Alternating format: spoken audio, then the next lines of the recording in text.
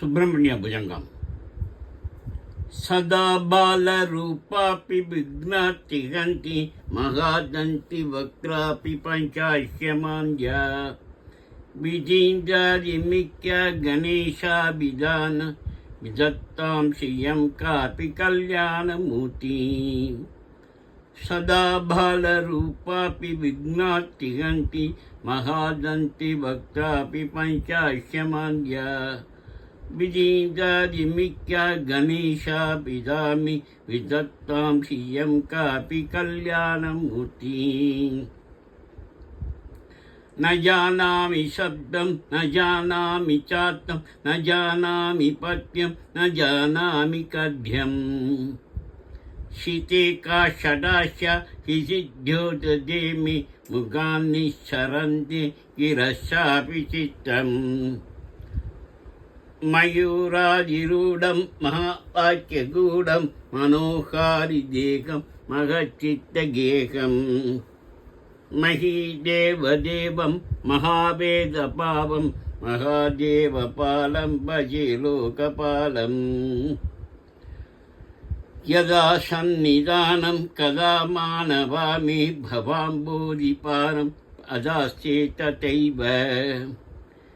इति व्यज्ञयन् सिन्धुधीरे य आस्ते तमीडे पवित्र पराशक्तिपुत्रम् यदाप्ते तरङ्गा लयं यान्ति तुङ्गा तथैव पतः सेवतामि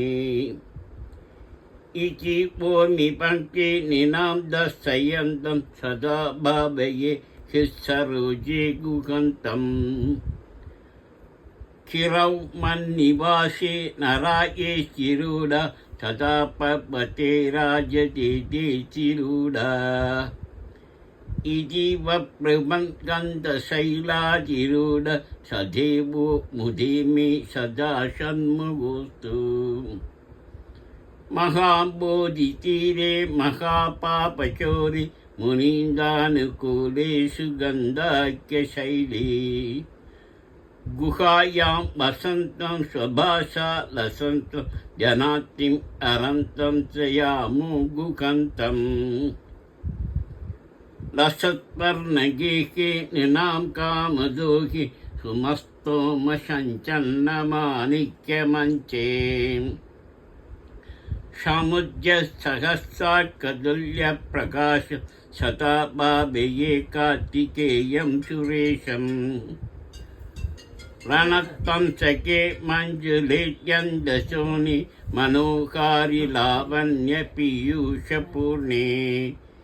मनःसत्पतो मे भवक्लेशतप्तदा मोतदां कन्दते पादपद्मे